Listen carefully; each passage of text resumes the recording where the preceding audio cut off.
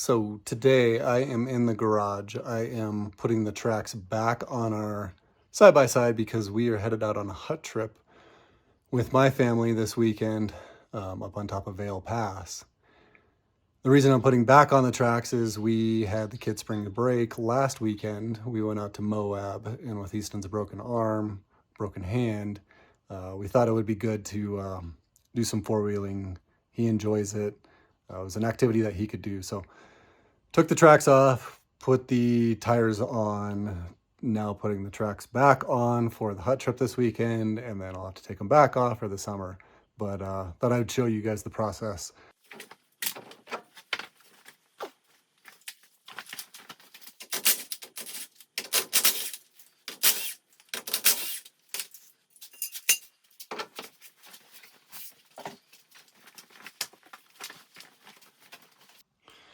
So with the tire off, got to pull the A-arm skid plates.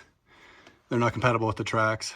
I don't necessarily even know why I run these because they do a great job of collecting mud, but other than that, they're offer little, I guess they protect the CV boot a little.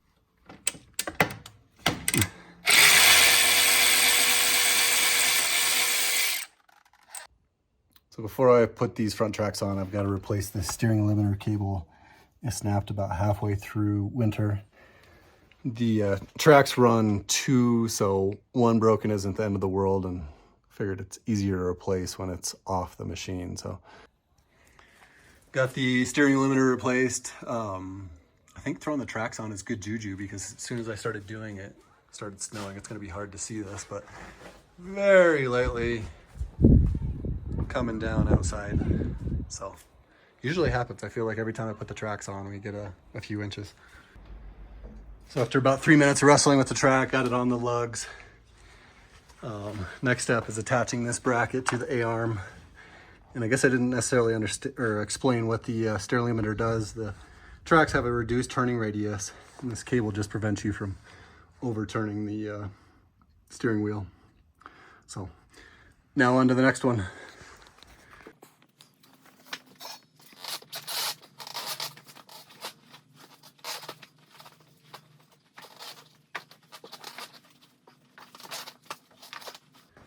So getting your lugs straight up and down and then getting the track straight up and down kind of helps with getting up on there. You can kind of see the bolts through here, but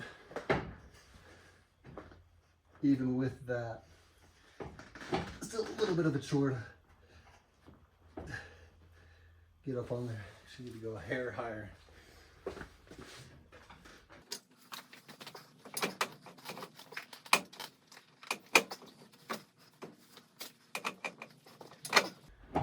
There we go. That wasn't so bad. Every time I do it, I get a little bit better at it.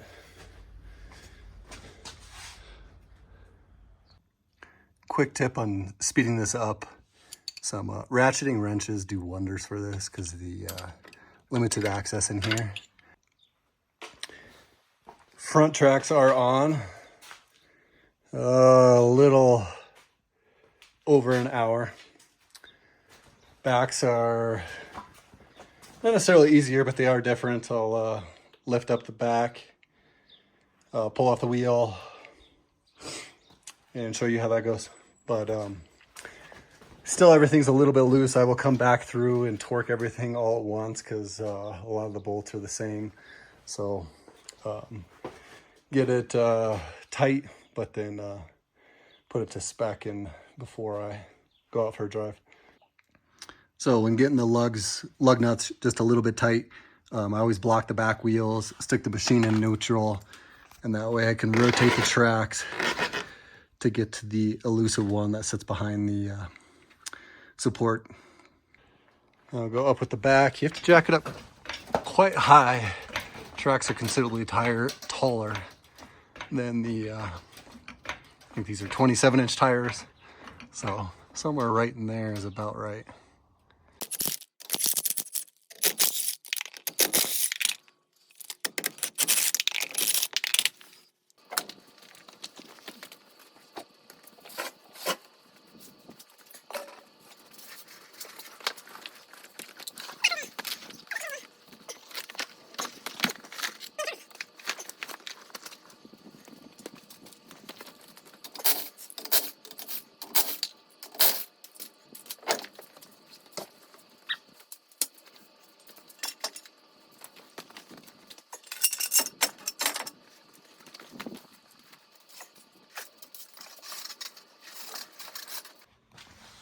So again, these are heavy.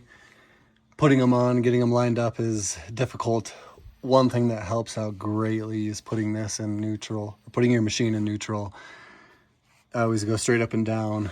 And then when I bring this over here, getting that as straight up and down as possible too, just helps with trying to finagle it all together, you know. So after wrestling that on, I go grab at least 2 nuts. And just barely thread them on.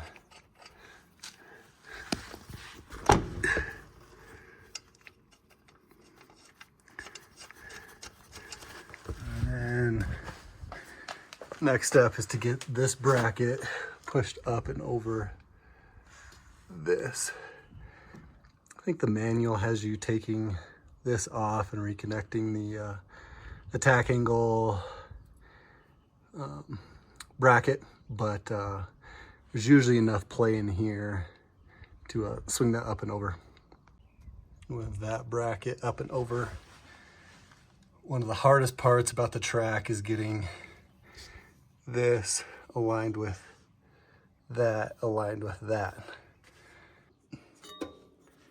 I found that lifting up on the track, kind of wiggling this all around, allows you to insert that bolt usually pretty easily. Always go over to the other side, make sure it's peeking through just a little bit before you start pounding on that. So I'll use the Ugga Dugga to get them just kind of semi-tight, and then come back with the torque wrench to set them to factory spec. So got the rear tracks on. I'm just under 2 hours. First time I did it, I think it took around 5 hours. You have to do a few things at the beginning to set up the tracks for the first time, but then every time I've done it, I've gotten quicker. 4 hours, 3 hours, and now I can get them on in about 2 hours. It takes about an hour to take them off. So all that's left is to go through, torque everything, drive it around a little bit, and then double check, make sure nothing came loose. But yeah, hope the tips helped, and have fun. Having taken these off, put them on for I think 4, maybe 5 years now, I've learned that putting these ones in up here, they will bind a little bit, and then driving around, kind of loosening up the bracket just a little bit, you'll notice that the torque was because of the bind. So I just come back through and retighten everything.